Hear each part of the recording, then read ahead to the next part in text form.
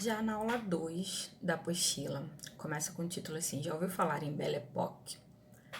Belle Époque, em português, significa bela época, tá? E aí a apostila começa explicando o que foi essa bela época aí que a gente viveu, juntamente com o realismo e o naturalismo que a gente já viu no outro bimestre, tá? Então, a gente vem aqui, ele explica sobre toda a cultura, sobre toda a influência e tudo mais. Na época, a França, né, era a nossa referência de tudo, de cultura, de costumes e tudo mais. Muitas obras, muitas construções, principalmente no Rio de Janeiro, nessa época, foram baseadas e inspiradas em construções na França, né, e tudo mais. E temos aqui falando sobre a chegada do cinema, né, eletricidade, era uma novidade na época e tudo. Então, tudo que foi se gerando aí, em decorrência disso aí, foi uma época sem guerras, sem nada muito assim no mundo que abalasse, né, a vida. Então as pessoas se permitiram a cultuar o belo, a falar sobre poesia, sobre arte, tá? Então a gente tem aí o culto da forma e a expressão arte pela arte, tá? A arte não precisava ter um significado, precisava ser bonita e estava tudo certo. E aí a gente tem a modernização, tudo que eu já falei aqui e tudo mais, e você tá bem explicadinho aqui na apostila. Ele tem uma construção aí, ó, o nosso teatro aqui no Rio de Janeiro, o Teatro Municipal, que foi inspirado na Casa de Ópera de Paris, tá? Então, para vocês terem uma ideia das nossas influências na época, que isso foi finalzinho do século XIX e início do século XX, tá? Então, a gente tem aí 1905, por aí, tá? Só que com essas todas essas transformações urbanas, a gente tem a parte boa e temos a nossa parte ruim, né? E aí ele vem explicando aqui embaixo que para a construção desses grandes prédios e monumentos e tudo mais, eles foram demolindo as casas das pessoas. Naquela época não tinha direitos humanos, né? Hoje em dia já não funciona muito, naquela época então. E aí as pessoas foram ficando sem ter onde morar e foi onde a gente teve a nossa construção das nossas favelas. Abaixo ele tem um quadro que mostra isso e fala sobre comparando as coisas boas e as coisas ruins que aconteceram. Então a gente tem aqui, ó, a derrubada de mais de 600 casas e prédios antigos, chamado de Bota Baixa. Temos a construção de largas avenidas, como a Rio Branco, né? Temos importações de artigos franceses, construção do Teatro Municipal e da Escola de Belas Artes, tá? E a Biblioteca Nacional. Em contraponto disso aí, nós tivemos a marginalização dos mais pobres, que foram expulsos da cidade, do centro, né? E aí a construção da favela, a favelização, carência de moradias, baixos salários e as revoltas populares, como a revolta da vacina, que aconteceu tudo nessa época aí. E abaixo ele continua explicando aqui esse crescimento tecnológico também que aconteceu, como eu falei. E a gente teve uma inovação de presença de objetos do cotidiano em cartazes, em prédios, e era tudo muito preocupado com formas de flores, formas delicadas, arredondadas, né? Tudo muito floreio nessa época aí, porque a beleza, cultuar o belo estava super em alta. Então ele diz aqui, ó, objetos do cotidiano como joias, abajures, escovas e cadeiras, na arquitetura, em fachadas de prédios e escadas e em rótulos de produtos e cartazes publicitários. E ele vem com o exemplo de um cartaz aí da época. Tem uma mulher aí, tem flores, tem elementos arredondados, né? E como vocês sabem, todos os nossos costumes e tudo que acontece na história, no mundo, na vida das pessoas, influencia a literatura. E é aí que a nossa influência aí para as produções literárias da época, né? Os escritores começam a refletir nos textos os hábitos, as preocupações, as questões desse tempo. Tem a valorização da forma e da beleza, então a gente tem muita figura feminina, né? E natureza, bastante. Isso já é o parnasianismo no Brasil, que o foco sempre fica um pouquinho diferente de como é na Europa. Já na página 17, já vem atividade, ok? E aí é uma interpretação de texto, tem ali que vértice estética correspondeu na poesia ao realismo e naturalismo, tá? Essa vertente estética aí é porque o realismo e o naturalismo eles estavam ainda acontecendo, os textos, né, de Machado de Assis e os autores que a gente já viu no outro bimestre, e aí veio essa vertente estética e essa modificação na poesia, tá? Especificamente na poesia nessa época, e aí a resposta seria o parnasianismo, né? Foi essa vertente estética aí que surgiu na poesia juntamente com o realismo e naturalismo. Na questão 2, sobre o contexto social, político e cultural do final do século XIX e início do século XX, responda: que cultura exerceu maior influência no Brasil nesse período? Tá? E aí, no caso, foi a cultura francesa. Na B diz como ficou conhecido esse período, né? Esse período aí de influência francesa, da cultura francesa, esse parnasianismo todo aí focado na poesia. Ele foi conhecido como Belle Époque, que foi marcado por uma efervescência cultural, um clima de tranquilidade na política e na prosperidade econômica. Nasceu. O Brasil também teve uma versão própria dessa época. Explique o que ela representou para o país, em especial para a cidade do Rio de Janeiro. E que transformações ocorreram aqui. Então a resposta seria aqui, ó, que para o Brasil, especialmente para a cidade do Rio de Janeiro, a Belle Époque carioca foi um tempo de transformações urbanísticas e culturais, com reformas que resultaram no Teatro Municipal, na Avenida Rio Branco, por exemplo. E além disso, houve o acerramento das desigualdades sociais. Isso aí vocês encontram lá naquele quadrinho lá, explicando o que aconteceu nessa época. Na letra D, temos assim, como uma moeda, a Belle Époque também teve duas faces. Preencha o quadro a seguir com o que ela trouxe de progresso para a cidade e de problemas para a população. Então, aí temos um quadrinho separado entre progresso e problemas. De progresso, nós podemos colocar aí a derrubada de mais de 60 casas de prédios antigos, né? Então, entra como progresso, porque foi para a criação de prédios novos. Importação de artigos franceses, largas avenidas e o teatro municipal. Problemas: marginalização dos mais pobres, expulsos do centro da cidade, carência de moradias, favelização e baixos salários.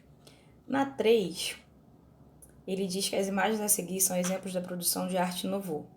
Com base no que se aprendeu em nossa última aula, identifica as principais características dessa estética, tá? Cite ao menos 3 características para cada imagem. Temos uma imagem aí, ó, a primeira. A primeira imagem aí é um cartaz aí de uma loção, né, de um perfume. E o que temos aí, ó, de 3 características? 1, presença da figura feminina. 2, referência a elementos da natureza. Nós temos galhos, folhas, flores aí. E temos uma riqueza de detalhes. Então, são 3 características fortes dessa arte nova aí, tá? É um rótulo de perfume. Na outra, nós temos um abajur. Quais seriam as 3 características aí? Referências a elementos da natureza de novo, riqueza de detalhes de novo e formas circulares. No outro, temos aí um cartaz da Nestlé, né? Do leite da Nestlé aí, ó, bem antigão. E temos aí como 3 características: presença da figura feminina, riqueza de detalhes e formas circulares. Começando a aula 3, ele já foca sobre a poesia do parnasianismo, ok? E depois de saber de todo esse aspecto aí, político, cultural, que foi aí no final do século XIX e início do século XX, foi uma época marcada pela valorização da forma e da beleza, né?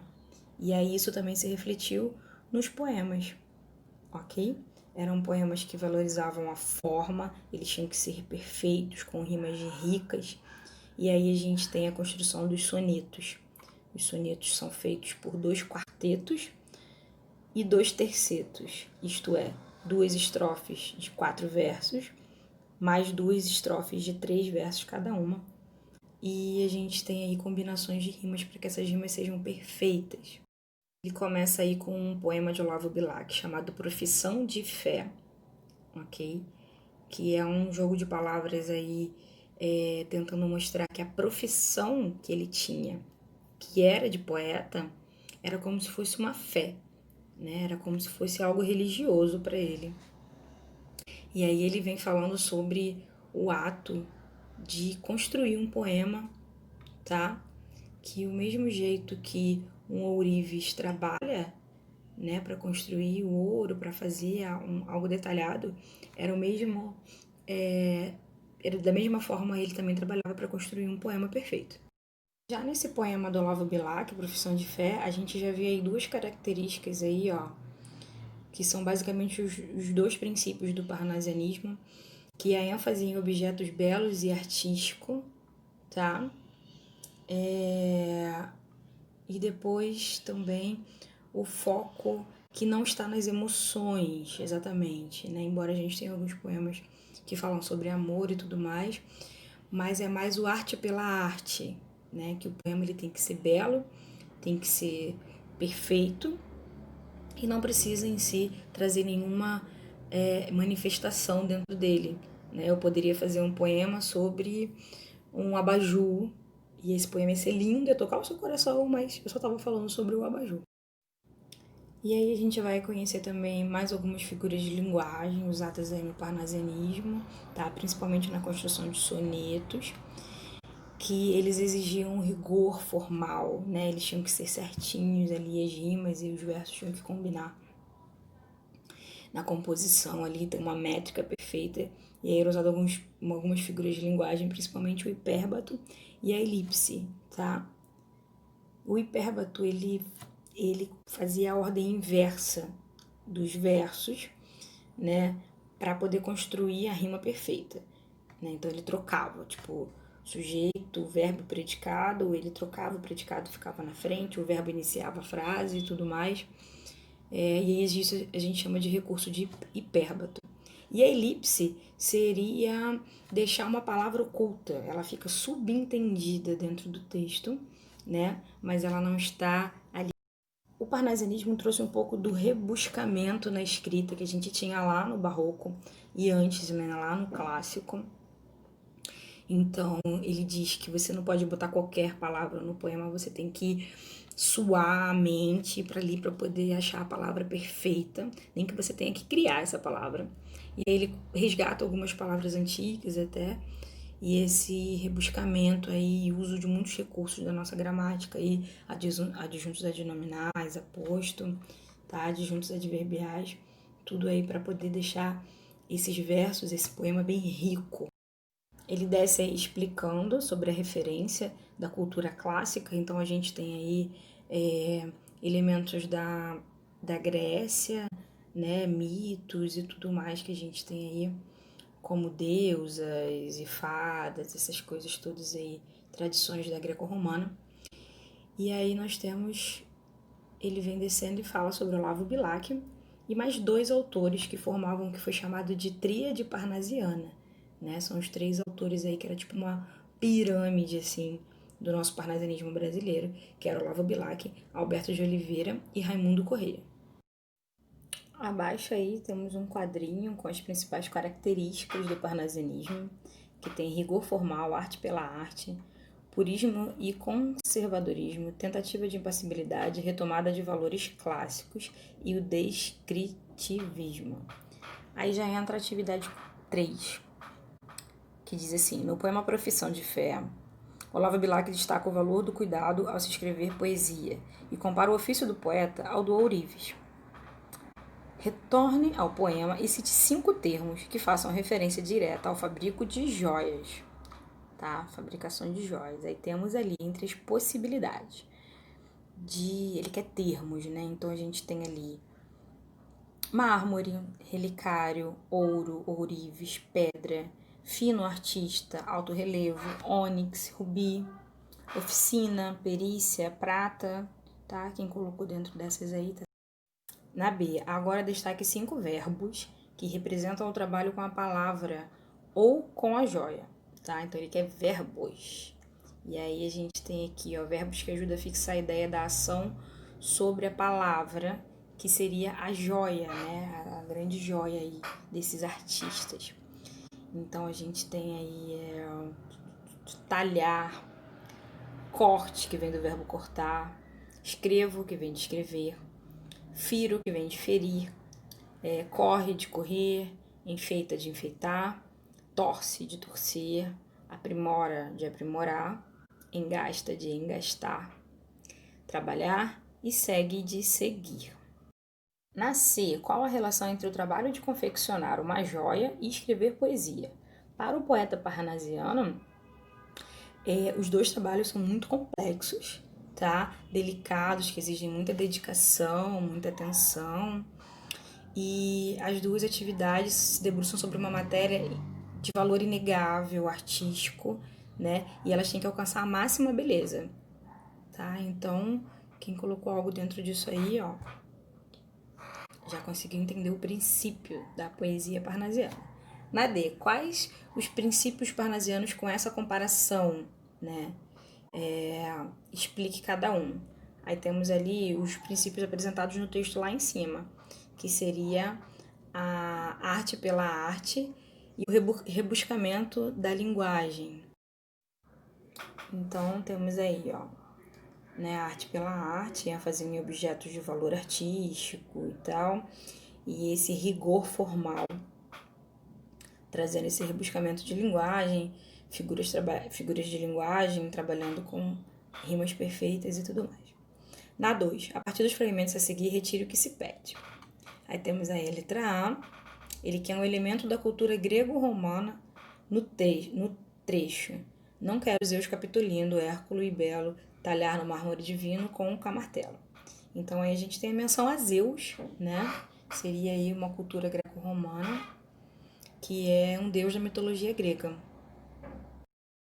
E o termo Hercúleo, ele vem de Hércules, que também é um célebre personagem aí da cultura grega. Letra B. E horas sem conto passo mudo, o olhar atento a trabalhar longe de tudo o pensamento. Ele quer um exemplo de adjunto adverbial de lugar, né? Então a gente tem que caçar lá o advérbio de lugar. E o adjunto adverbial, ele tá sempre junto, bem junto do verbo, né? Auxiliando ali. E a gente tem ali, ó, adjunto adverbial de lugar seria longe de tudo. Na número 3, ele traz outro poema aí do Olavo Bilac, o nosso príncipe do parnasianismo, que é um poema que tem o título de A um Poeta, isto é um poema que ele escreveu dedicando a um poeta, a alguém que quer ter esse ofício, né, de ser poeta. E aí é um poema lindo, aqui vocês têm que ler e responder. Letra A. Considerando as características da estética parnasiana, comente o sentido do último verso da primeira estrofe do poema, que seria trabalha e teima e lima e sofre e sua. O que o eu poético quis expressar com isso, tá? Então nós temos aí que esse verso, ele expressa o trabalho, o empenho e a dedicação necessária para se atingir a forma perfeita, né? Esse efeito estético aí da poesia parnasiana. E assim como um escultor faz uma obra no mármore ou no ouro, por exemplo, né? O eu poético, ele enaltece o trabalho também e a valorização da forma e do belo na criação de um soneto. A B. Levando em conta as rimas e a forma do soneto, dado ao poema acima, pode-se dizer que Bilac atingiu os preceitos da estética com essa poesia e é um poeta? Sim, ele atinge todos os preceitos de estética, tá? Ele consegue enaltecer a forma, o belo, mediante essas rimas ricas que ele tem aí, né? E misturando substantivos com verbos, trazendo toda a gramática para dentro dessa construção aí do soneto. A letra C pede para retirar um aposto do poema. O aposto é um termo explicativo que vai estar sempre destacado entre vírgulas, né? E ele sempre se refere a algo que foi dito anteriormente. Então, o aposto desse nosso poema aí é o gêmea da verdade.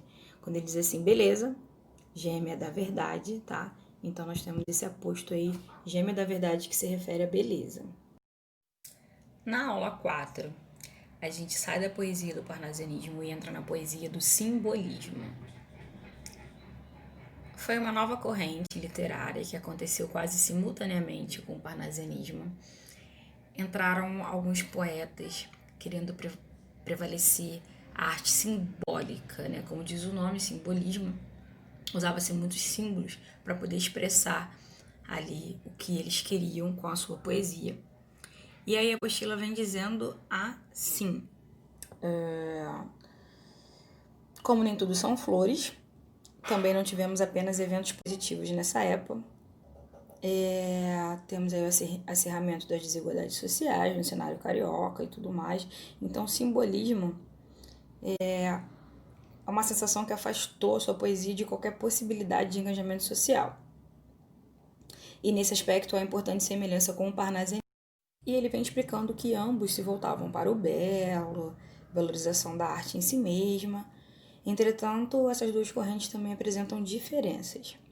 Enquanto os parnasianismos, no parnasianismo, eles alcançaram um notável sucesso no país, os simbolistas viraram uma poesia marginalizada, ok? Porque o simbolismo priorizou sugestões, símbolos, já uma linguagem sugestiva ao invés de uma linguagem direta, né? Os símbolos e tudo mais, ao invés de se expressar objetivamente, como acontece com o parnasianismo. E aí temos uma imagem na página 27, tá? De uma catedral aí, esse é de Claude Monet, né? E aí o que acontece? Ele vem aí o questionamento. Você consegue identificar do que se trata a imagem, com o que ela se parece, o que ela te lembra? Então, quando você começa a olhar a imagem, você vê que ela te lembra uma catedral, mas ela não está representada de forma objetiva, com todos os traços, com tudo o que quer dizer uma catedral. Ela pode ser uma catedral realista, que existe de verdade, ou uma que foi inventada, uma que está nos sonhos de alguém, beleza? Então, por isso ela é uma imagem mais esboçada, tem borrões, tem cores assim, né? Realmente tons pastéis, lembrando mais um sonho, algo subjetivo do que algo realista, tá? E esse era exatamente o objetivo dos simbolistas na época. E essa aí, no caso, é uma tela do impressionismo, né? E ela tem uma importante relação com os poetas dessa época. Refletindo na poesia, temos aí, ele desce com um poema chamado A Catedral, ok? De Afonso de Guimarães.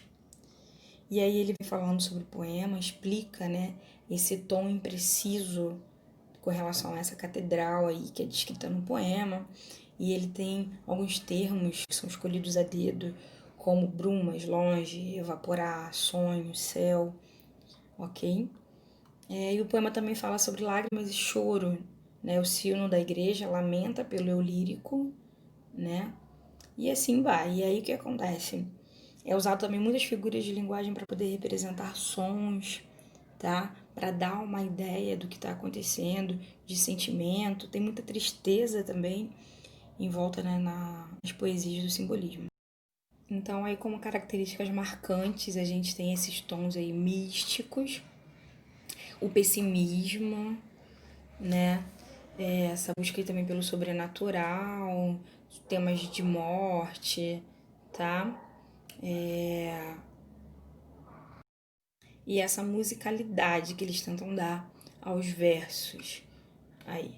Então a gente tem aí um quadrinho abaixo que tem as principais características aí resumidas: subjetivismo, pessimismo, misticismo, espiritualismo, expressão vaga de ideias e emoções e a musicalidade. E aí já vem com uma atividade, tá? Que ele quer saber o seguinte: a respeito dessas estéticas aí, o parnasianismo e o simbolismo, expliquem no que elas assemelham, no que elas têm de igual, de parecido, tá?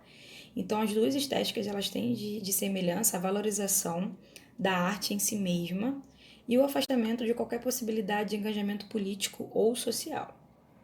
Na B já quer saber as diferenças. Então, as diferenças são as seguintes: enquanto o parnasianismo ele priorizava um detalhamento e descrição, o simbolismo já prima pela imprecisão e sugestão de imagens. Na 2, ele quer ali que você releia o poema, A Catedral, e tire as características simbolistas ali de pessimismo. Então a gente tem marcas de pessimismo nesse poema, onde ele sugere a ideia da morte, da partida, né? E além disso, nota-se que ao longo do poema parece que a luz vai se tornando mais fraca, né? Indo do esplendor do sol ao luar, né? Como se estivesse anoitecendo. Misticismo e espiritualismo tem referência à religiosidade, representada pela própria catedral. Tem menção a Jesus e a reza, combinadas com a palavra luz. E denuncia que todo o poema poderia ser apenas produto da imaginação do eu poético, né? Sem nenhuma conexão com a realidade. Já na questão 3, eles apresentam um novo poema, agora de Cruz e Souza, Violões que Choram. E aí vocês teriam que ler esse poema para poder responder as questões. 3. Além do próprio título Violões que Choram, o poema traz outros termos e expressões que respondem pela marca do pessimismo. Retire de todo o poema ao menos 10 termos ou expressões desse tipo. Então a gente tem aí mornos, soluços, choros, bocas murmurejantes, lamentos, solidão, palpitação, saudosos, chorosos, gemem, dilacerando, tremem, gemidos, prantos, morrem, suspiradas mágoas, mágoas amargas, melancolia e etc. Ok? Ele pediu 10, então beleza. 4. Considerando a importância do traço da musicalidade na poesia simbolista, a partir da última estrofe do poema, responda: que som consonantal de uma consoante se repete ao longo dessa estrofe? Então a gente tem aí que som consonantal se repete ao longo dessa estrofe, né? O som que se repete é o V. Vozes, veladas, veludosas, vozes e etc. B. Como é chamada a figura de linguagem responsável por esse efeito? A gente já estudou lá em cima, né? E é a aliteração. C. Ainda nessa estrofe, que som vocálico se repete? O som que se repete é o da vogal A, dos ventos vivas, vãs, vulcanizadas. Tá? Outra figura de linguagem que a gente viu lá em cima. E aí ele vai e pergunta, né, D, qual figura de linguagem que gera esse efeito? É a assonância, figura de linguagem que a gente viu lá no início da apostila. Beleza?